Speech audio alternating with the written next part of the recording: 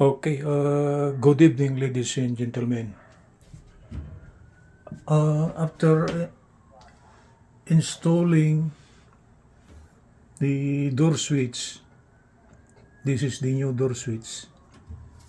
Okay, the inside of the dryer is lighted when you try to open it. Okay,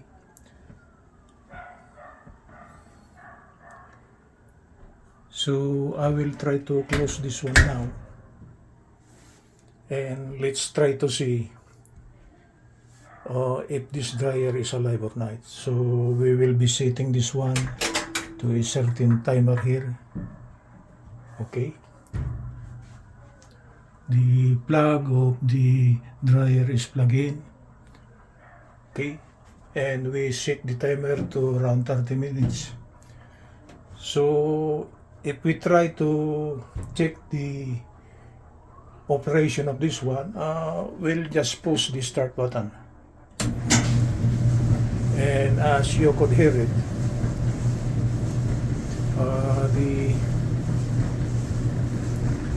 dryer is operating. Okay, and if we try to check if the switch is working or not, we'll try to open this one. Okay, so when we try to open this one, the door switch is snapped off to the off position, so the dryer is not rotating. But the other operation of this door switch is that when we try to open it, there will be two lines which will connect the light inside. So we can see the inside of the dryer when we open it. So this door switch here is actually a double operation. If we try to close this one, the line that's disconnected will be connected. So when we try to push the push button, okay, the dryer will try to operate. Okay, we'll try one more time. I'll close this one. Okay, I'll close that one, and I will try to operate again the dryer.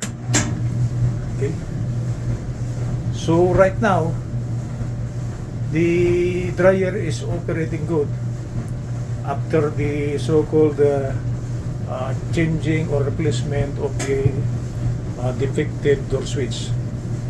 Okay, so it's working now. Again, I'll try to open this one, and let's try to see if the door switch is actually functioning.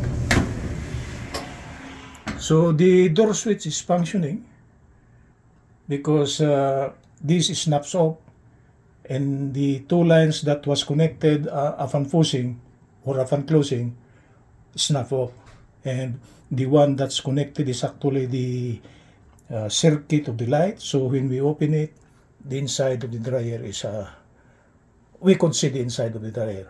Okay, this is a successful troubleshooting of a Whirlpool dryer that shuts down while in operation. And according to my analysis, the one that's defective is actually the door switch. So I just got this one. That's the door switch. Where's the door switch? This one. This portion here. Okay, one more time. I will close it. So I will push this one. The dryer is now operating perfectly. Okay, good evening from Los Angeles. This is Professor J. De La Frez.